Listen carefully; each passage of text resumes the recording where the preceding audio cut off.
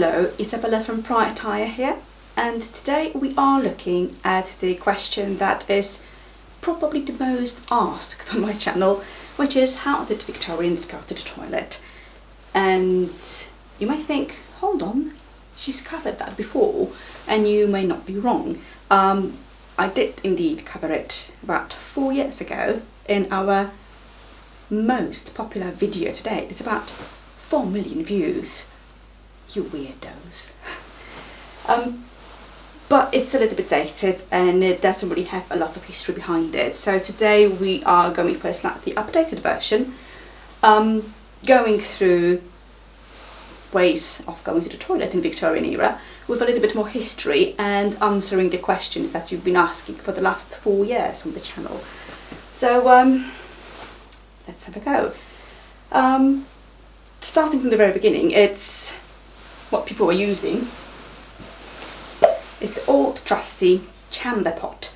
Now this chamber pot is quite plain, but it could be nicely stealthed into a little chair or a commode on a little stool, so it would not necessarily be exposed. It can be, but it doesn't have to be. So on a stool and a commode you can sit, do your stuff, and then a servant is going to remove the contents discreetly.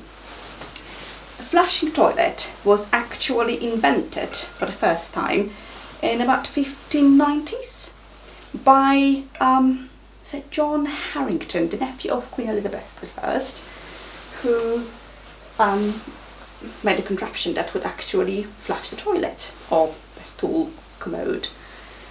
But because there was no sewage system, it all sort of went straight down into the cesspit below, so not really that much different from the garderobes that were in use at that time.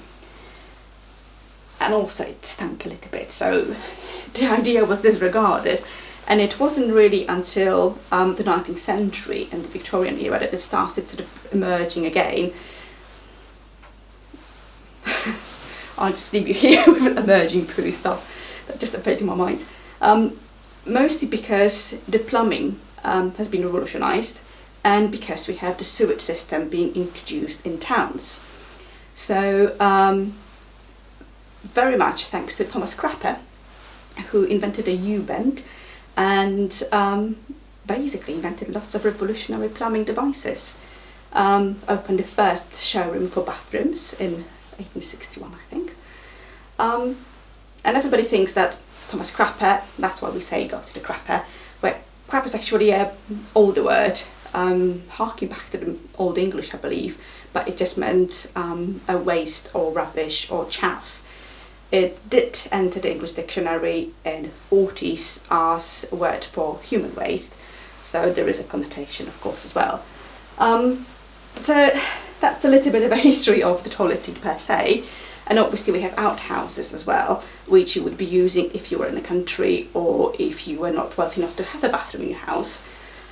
Even then, a commode would be a much easier way and a little bit warmer to go to the toilet.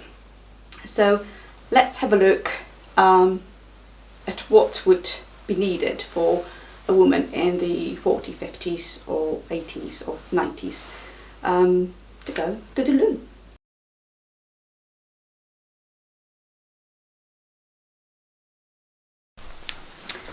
So 70s and 80s, Bustle styles.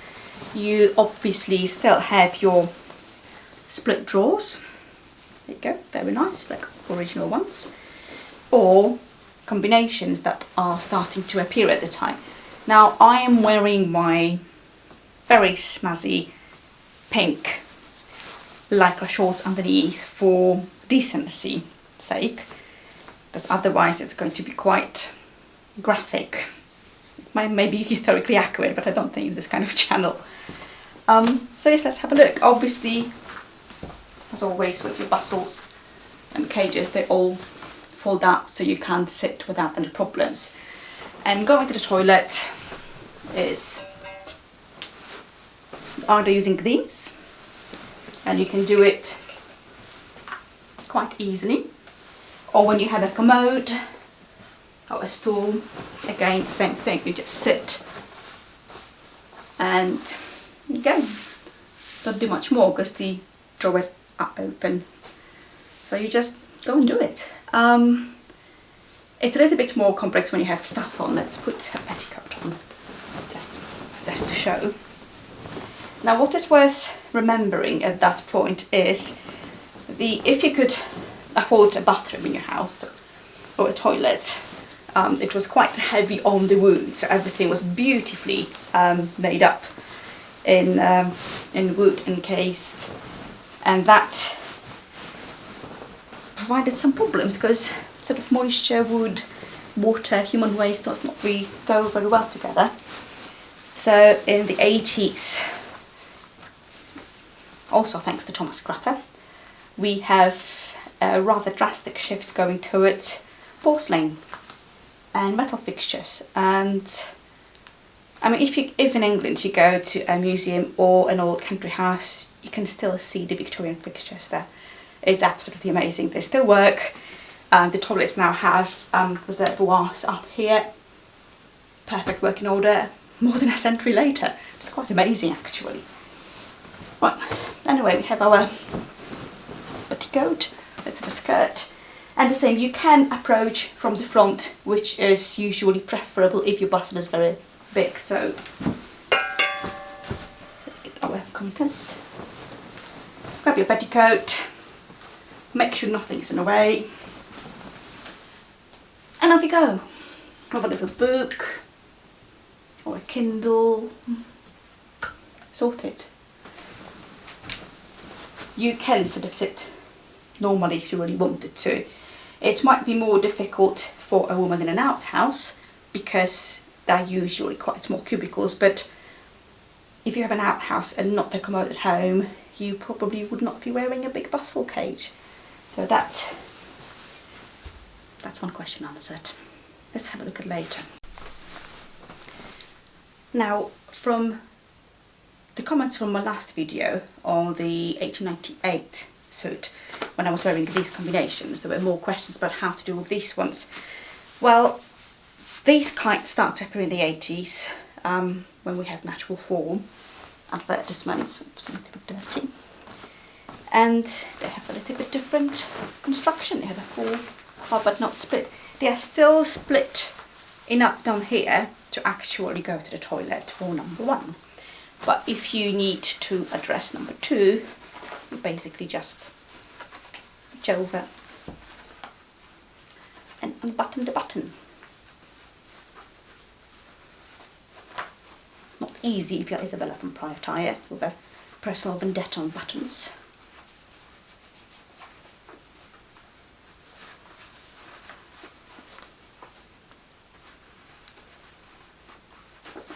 There you go. And you do it on the other side.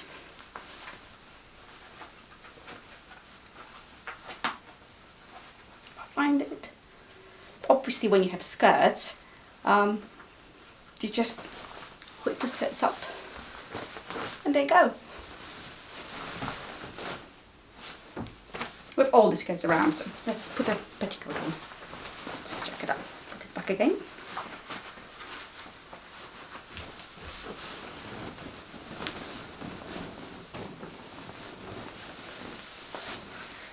Let this stand up for our skirt.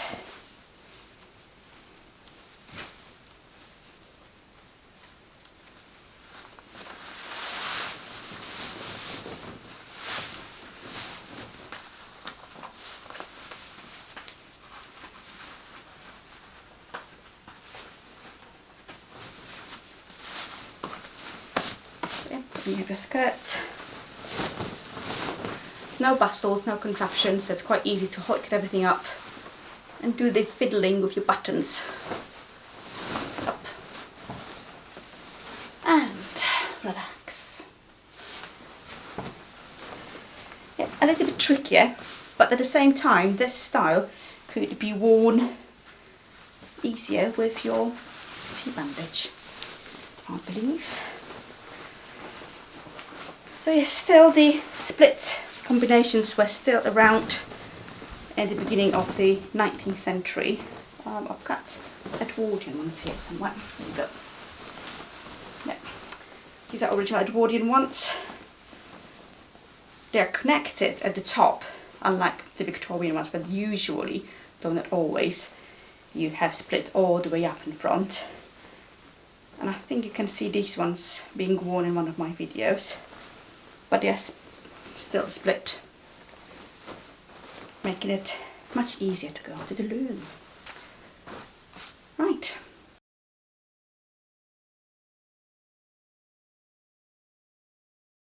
Crinoline styles. Obviously with a cage it gets a little bit more complicated, but surprisingly so. Not as much as you would think. I'm still having my pantalettes or drawers with the shimmies that can be left outside or tucked in, and I can still access everything I need.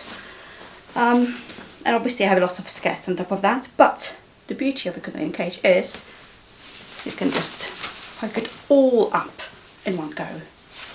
So again, you can either approach a commode from the front and sit down and do your thing, or you can hook all the skirts on your cage all around you. Easy. Now let's have a petticoat standing in for dresses. Same idea, hook it all up, move up, and sit very gracefully and do your business. If you are travelling, you can use these ones as well, and very often, for example, at the balls or soirees, you would have a restroom just for the ladies to go and do exactly that. But you just hook your skirts, put it underneath, and do your business. Again, there's nothing in the way, so there's not a lot of splash either. And that's it.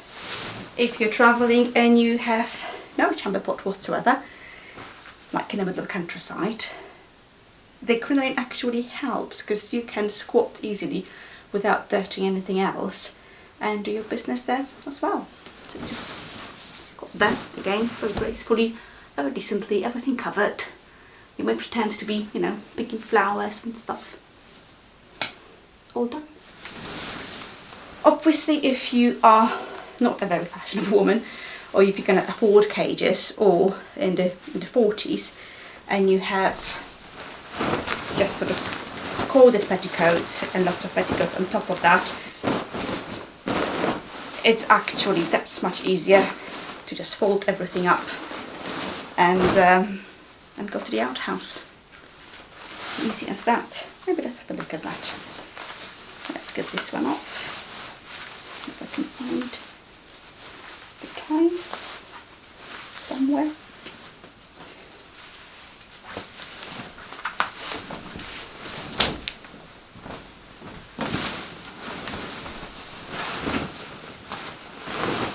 So 40s.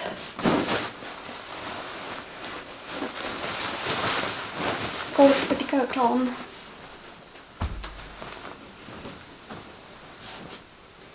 And normal petticoat on.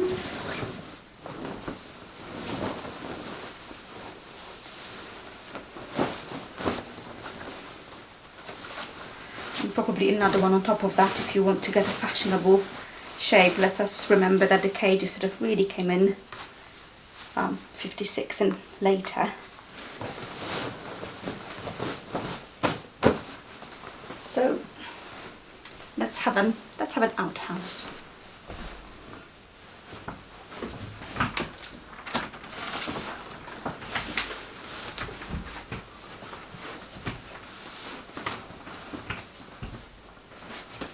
Limited space. Let's imagine there's a hole there and you have lots of skirts, but because they're all soft, you just grab them all here and sit. Yes, you will have loads of stuff here, but small space, not a problem. Easy access. So there you have it. Now let's have a look at some of the questions you've been asking, and I've got a little list here I sort of wrote down of the most popular questions. So, toilet paper, what were they using? Obviously, in the past you would just be using moist rags or bits of cloth or leaves, and actually that worked pretty well naturally. And even nowadays there's a trend reintroducing a family cloth because it's not wasteful and you just wash things again and you use it again, so there you go. But toilet paper started to appear in the 19th century as a natural sort of follow-up from using newspapers. It was used in China for centuries before, but we've got the first sort of ads appearing in the sort of 50s talking about splinter-free toilet paper. Just unimaginable what a not splinter-free paper do. I just leave you with that image in mind. But that kind of boast it's quite persistent throughout the toilet paper ads up to the, I think, 1920s or so. And originally toilet paper came up in sheets. Towards the end of the century started appearing in a roll. And it was quite a popular thing. It's actually got one of the patents got a reward at the English Expo in 1878. There you go. So there's toilet paper. Obviously, if you are travelling, have nothing else, you use whatever you have. Life. Another question that usually comes up quite a lot is washing your hands after going to the toilet. Now, bear in mind that we start getting with the pasta trying to get our attention and discovering germs. We are getting a little bit more hygienic practices towards the end of the 19th century. But most of that is usually in hospitals when you see sort of medical journals talking about infections being coming between wards, people not washing their hands. Washing hands was used for ages before and after eating, but there's not much record, not much what we actually know about going to the toilet and washing hands after. And for most of the people that would not really be a concern like for nowadays, because there was no connection between what you have on your fingers and touching your face. Hello, COVID. So that is a pretty modern notion. You would not really wash your hands. There you go. At the same time, we are talking about Western Europe. Obviously there are other nations that were using water for most of the time. There you go, much more hygienic. Another question is periods. How did women deal with periods? And that is an absolutely fascinating study that we really don't have a lot of records for, because guess what, this is not something we talk about. We have individual diaries, but there's not a lot of that. We have some medical diaries in the 19th century, and then we have ads. But even then, it's quite discreet, and it's usually just mentioning without a lot of imaginary. So it's difficult to get through, but you just use tampons. Not the tampons as we understand that, with a little string coming out. That was about 1928 invention, I believe, by, was it Johnson & Johnson? Possibly, or Kotex. But basically sponges, or cloth and sponges being stuck in and doing their job. And you would be using cloth, rags, usually old linen or old clothes that you don't wear anymore. You would just cut them into short bits, prepare little pads and stuff it down your breasts if you have them, or use it on a tea bandage or a sanitary belt. And we see the mentions of sanitary belts or cloth belts in the 19th century, which are basically contraptions that allowed you to place the washable pad in and keep it on your body. Obviously with open drawers you cannot really fit anything to them, so you sort of need something like a diaper holder. So those are the things that women were using. The pads themselves were usually, as I said, cloth. We started using wood pulp and bandages in the later part of the 19th century. Cotton, to be honest, I even remember back from my youth in Poland in the 80s and 90s, you would still have pads being formed by wool cotton stuffed into little nets, and you just attach them to your knickers. When we had the first Always, it was a bloody revolution, literally. And even nowadays, more and more people prefer to use cloth pads anyway, because they are not as damaging to the environment. You can reuse them and wash them and they work. So lots of different ways of dealing with periods. Yes, nowadays we are really lucky of having painkillers, having pants and knickers. But that was something that just happened and people dealt with it. People were not, well, women were not sitting for 5 days doing nothing. No one could afford to do that, and it would be a little bit boring, to be honest. But they just got on. There's one more question, actually. Let's have a look. I think the first sort of commercial sanitary pad you have was devised by Thomas Lister in 1888, but I'll have to check that out. Oh yes, another question. In a crinoline, is it possible to have a pee while just standing and spreading your legs? Well, it is possible, absolutely. I mean, just go ahead, you can do it anytime. The results are going to be less than nice. The thing is,